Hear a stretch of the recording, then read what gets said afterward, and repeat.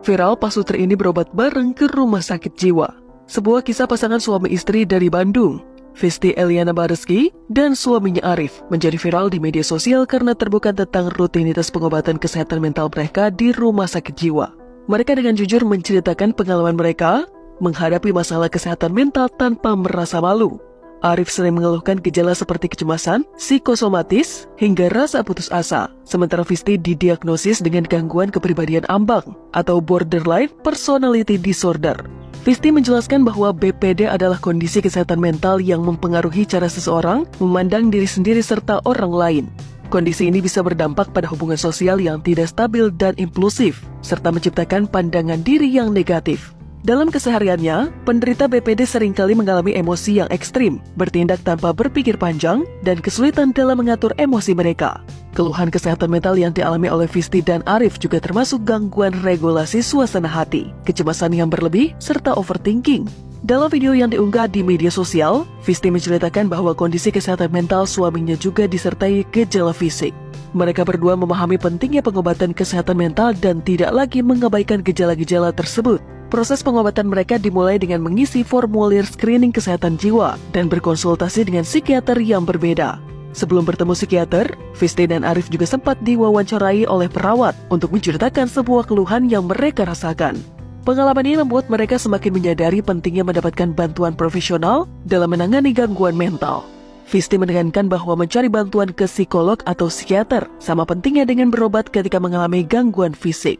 Menurutnya, tidak perlu merasa malu untuk menyadari adanya masalah kesehatan mental. Justru kebanggaan seharusnya muncul saat seseorang berani mengakui dan mencari solusi.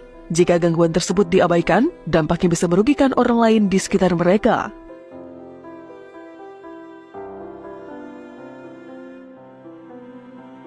Lima ciri-ciri warung pakai penglaris, salah satunya dilarang bungkus. 1. Rasa makanan berubah.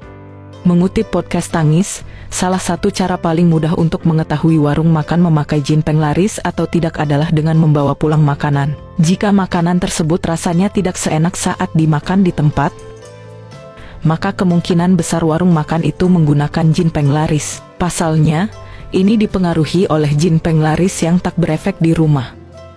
Maka itu, warung yang memakai penglaris tak memperkenankan pembeli membungkus makanan untuk dibawa pulang.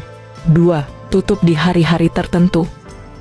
Masih menurut podcast Tangis, disebutkan bahwa jika ada warung makan yang mendadak laris hingga membuat warung di samping kanan kirinya sepi, bisa jadi warung tersebut menggunakan jin penglaris. Apalagi bila pada hari-hari tertentu, seperti setiap 8 hari atau 35 hari, warung tersebut tutup. Bisa diyakini kalau warung ini menggunakan praktik penglarisan. 3. Rasa makanan berubah saat berdoa. 4. Warung kotor tapi ramai pengunjung. Topik mengenai warung dengan penglaris bahkan juga diangkat ke layar lebar, salah satunya lewat film Menjelang Ajal. Menukil informasi dari film tersebut, ciri-ciri warung pakai penglaris adalah kondisinya yang kotor, namun banyak orang tetap ingin makan di warung tersebut. Disebutkan di sana, makhluk-makhluk gaib menyukai tempat yang kotor dan lembab. Oleh karena itu, warung kotor dan ramai bisa menjadi ciri warung pesugihan yang memakai jin penglaris. 5. Toilet yang tak pernah dibuka.